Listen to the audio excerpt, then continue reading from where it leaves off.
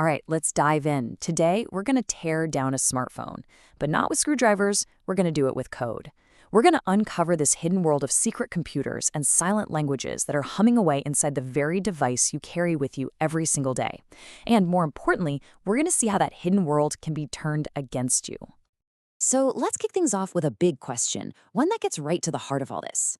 Can your phone actually be compromised without you clicking a single suspicious link, downloading some weird file, or even answering a call? You know, it sounds like something out of a movie, but in the world of zero-click vulnerabilities, the answer is a resounding yes. To really get our heads around how that's even possible, we have to go deeper than just the screen you tap on. We're going to do a kind of virtual dissection of a phone's internal architecture, peeling back the layers one by one to find those hidden weak spots. Our subject for today is a classic, the Samsung Galaxy S5. Now, why this old phone? Well, because its architecture shows off a fundamental truth beautifully. A smartphone isn't just one computer. It's really a collection of many specialized computers, all packed together, all trying to talk to each other. Think of it this way. The main chip, the big one you always hear about, that's the application processor, or AP. That's the brain running Android, all your apps, your games, the whole user interface. But there's another powerful computer tucked away in there, the modem. It handles every single one of your cellular connections, and guess what? It runs its own separate, totally hidden operating system. In this case, it's something called QWERTY. This creates this really critical wall between the world you see on your screen and the unseen world of the cellular network. Okay, so you've got all these different computers crammed into one device. How do they coordinate with each other? Well, they need a shared language, right? A special protocol that lets the Android side of the house chat with the modem side. In our Galaxy S5, that special language is called QMI, the Qualcomm MSM interface. Now, this isn't like Wi-Fi or Bluetooth that you're used to. It's a highly specialized internal-only messaging system. And, as we're about to find out, if you can control this language, you're on your way to controlling the whole phone. And what's really fascinating here is that this internal language isn't universal. I mean, look at this. The Qualcomm version of the S5 uses one system, QMI, but the version with Samsung's own Exynos chip, it uses a completely different one. This means two phones that look absolutely identical on the outside can have fundamentally different security holes on the inside. For our Qualcomm phone, the hero, or maybe the villain, of our story is this little process called QMUXT. Honestly, the best way to picture QMUXT is to think of it as the phone's internal switchboard operator. Every single QMI message, doesn't matter if it's an app asking for your GPS location or the system trying to make a call, every single one has to go through QMUXT. It's the gatekeeper that routes everything. So if you're a hacker, a light bulb probably just went off in your head, right? Your first thought is, can I use this internal system against itself?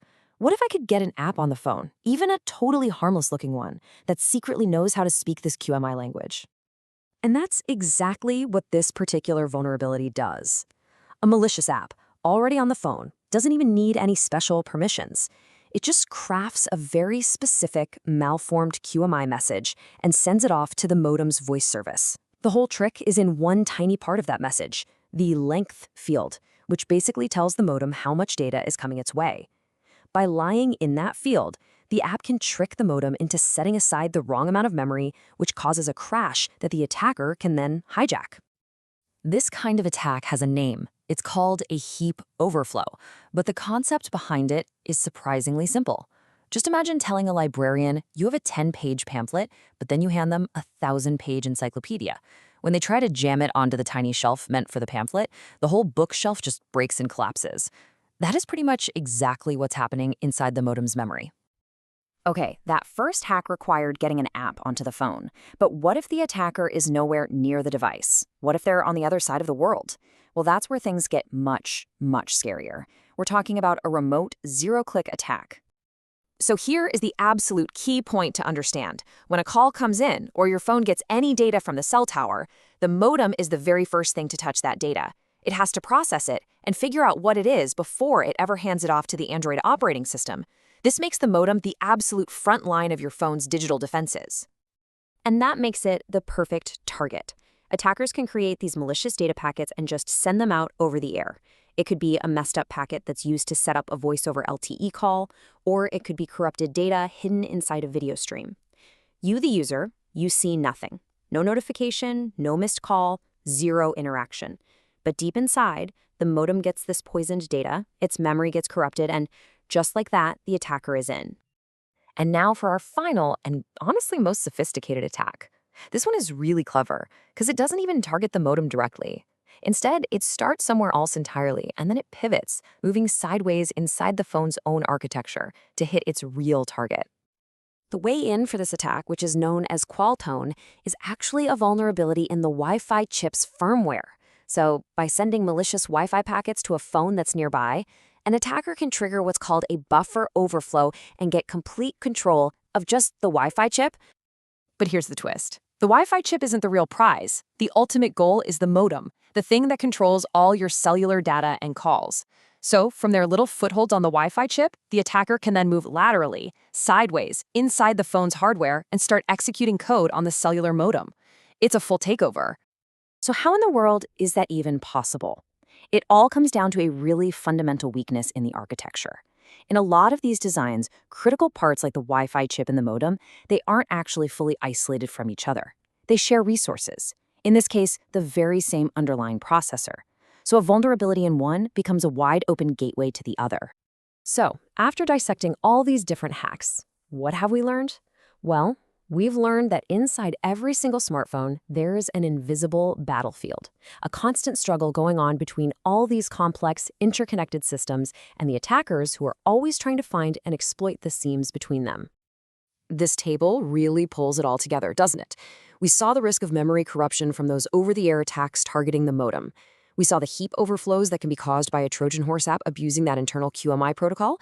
And finally, we saw the incredible danger of lateral movement, where a hack on the Wi-Fi chip could pivot and compromise the whole device.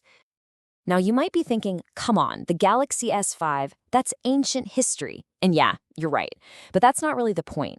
The really crucial takeaway here is that the principles we've been talking about, exploiting internal communications, attacking shared resources, targeting data before the OS even sees it, these are timeless architectural problems that are even more relevant in the vastly more complex phones we all use today. And that kind of leaves us with one final and maybe a little unsettling thought. If this was the internal landscape of a phone from nearly a decade ago with just a handful of processors and communication channels, just try to imagine the invisible battlefields that exist inside the devices we carry in our pockets right now. What new secret languages are they speaking, and who else might be listening in?